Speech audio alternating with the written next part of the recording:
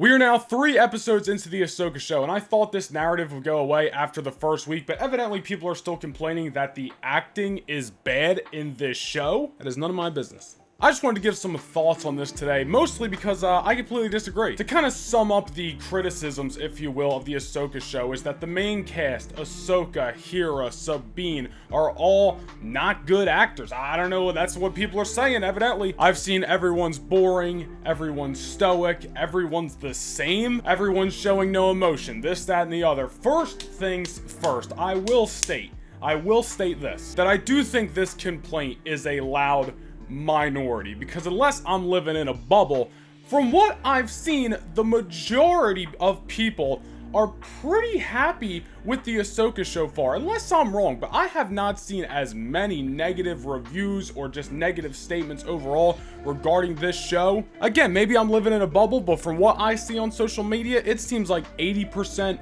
positivity, I'm gonna be honest. Nowhere near as much negativity as Mando Season 3, Andor, Kenobi, Book of Boba, and I can't blame anybody because I wasn't a fan of most of that either. But I am a fan of the Ahsoka show, and I do want to be loud and stand up for the show that I do think has been great so far. Which is a big reason why we've been on here making so many videos, because I've been hyped about the Ahsoka show, and that's why I keep posting about it, tweets, well, post on X, whatever. But that's the reason I'm here making this video, is because I love the Ahsoka show so far. It's Rebels Season 5. It's a love letter to Rebels fans. It's great. It's Dave Filoni expanding upon Star Wars in a good way. But let's really break this down. Let's go character by character, if you will. We start with the star herself, Ahsoka Tano. Say all those complaints I said earlier, stoic, boring, this, that, and the other. Let's take a look at Ahsoka's life up until this point. Alright, taken from her family, brung to the Jedi Temple by Plo Koon. By the way, is Plo Koon Balin's master? I don't know, but go check out that video I posted yesterday up in the cards. The Padawan of Anakin Skywalker, about to be expelled from the Jedi Order thanks to being framed by Barriss. Obviously gets turned around, but then she doesn't believe that the Jedi trust her. She walks away anyway. Eventually comes back from the fight, Order 66, emotional. The last time she saw her master was right before Order 66, and the next time she sees him is all these years later as Darth Vader, which if you guys watch Rebels, which if you're watching the Ahsoka show and you haven't watched Rebels, what are you doing? But if you've watched Rebels, you know what I'm talking about. Very emotional scene between Ahsoka and Darth Vader. And really just everything that happened in Rebels. Obviously Ahsoka wasn't in every episode, but a big part of that show. Then you got the end of Rebels Season 4, which is basically the story of what we are watching right now, which is Ezra disappearing. And there's no time to relax, because now there's possibly a new threat in the galaxy, a new war possibly on its way. You got Thrawn, Balin, Shin, Morgan. It's just like chaos for Ahsoka basically her whole life. How do you want her to act? Would you be super happy-go-lucky like if all this was happening to you? No. Like, I think Ahsoka is like I don't want to say a carbon copy, but like very much resembles her master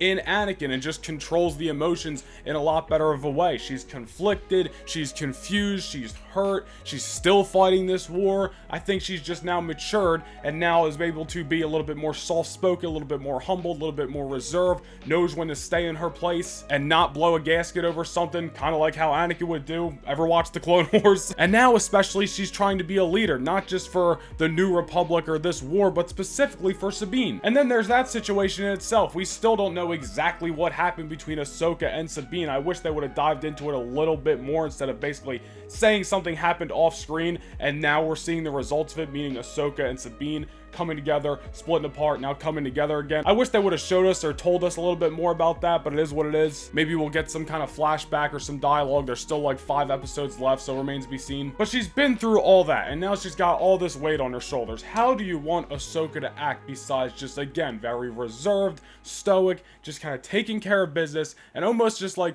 relaxing in a sense until it's time to kick things into high gear? Because if she isn't like that, well then she is just a carbon copy of Anakin, and she doesn't want to go down that road. And let's look at the general herself, Hera Syndulla. A lot of people have given her the same exact criticisms. Here's my response. Lost Kanan Jarrus. Now her son, Jason, we just saw in episode 3, uttered the words after he said 2 sentences, and one of them was, "I want to be a Jedi." You think she really like And you saw she's like, oh, I know, like she like knows that that was gonna happen eventually, but she's probably nervous about it. She believes Ezra's out there. She believes Thrawn's out there. None of these senators want to listen. She's still fighting a war that she's probably over, but again, she's just still in the dogfight. Like, how do you want her to act? Again, happy-go-lucky? Probably not. That's not how I would act. You guys get me fired up today. Sabine is probably the one I've seen the least criticism on. I've probably seen more criticism about her getting stabbed with a lightsaber than her acting. And I've already given my thoughts on that, and I've already come to terms with it and what I think just the new logic is regarding getting stabbed with a lightsaber. But like, a lot of people have said, how is Sabine not matured at all since the Rebels? But like, what? She's by herself,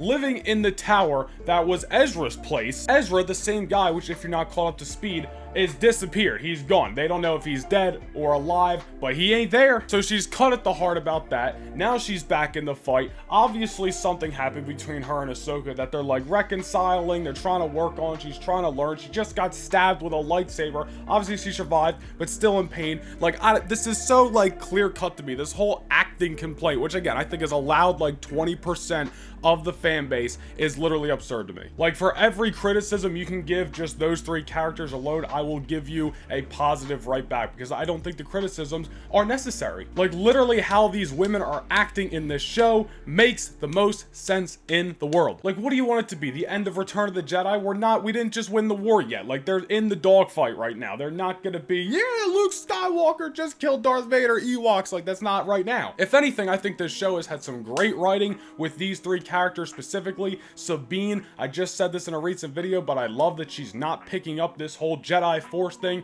so easily. Again, I'll say it, I'm looking at you, Miss Rey Palpatine Skywalker, nobody, whatever your name is, because you know what that is, ladies and gentlemen? That is some good old-fashioned character development. Ain't it sweet to see? And you know, not for nothing, but I got one more thing to say. We're gonna trace back whatever. But talking about everything Ahsoka's been through, one thing I failed to even mention is like she never even got closure with Anakin. At least that we don't know. We haven't seen, you know, Anakin pop up as a Force ghost yet. There's been no flashback to that moment if it already happened. So like, even though she knows like, yay, my master was redeemed, I wasn't there. I didn't see him. We didn't have any dialogue. I didn't get that closure. So like, she's still probably cut at the heart about that. Literally, I forget the line. I think it was in episode 1 of the Ahsoka show. I think she was talking to Hera, or maybe it was in episode 2 where they were at that shipyard. And I forget the line, but she said something where it was like clear that she almost blames herself for Anakin's fall to the dark side. Like, I forget what the sentence was. Somebody put it in the comments if you remember, but like, it was just a clear moment where she was like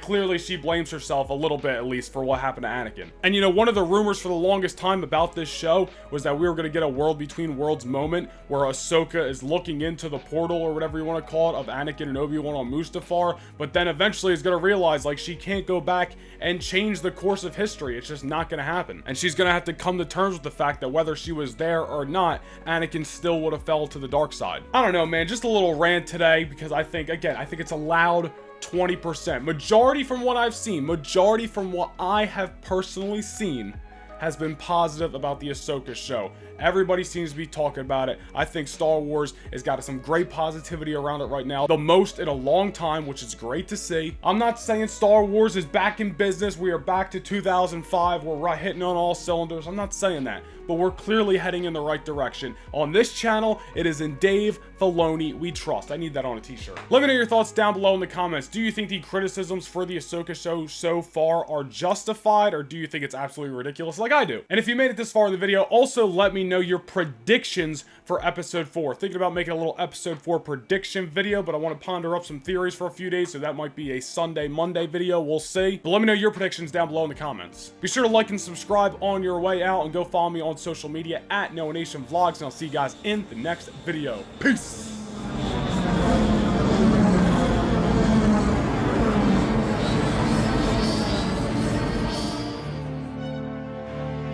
This is Rogue 2. This is Rogue 2. Commander Skywalker, do you copy? This is Rogue 2.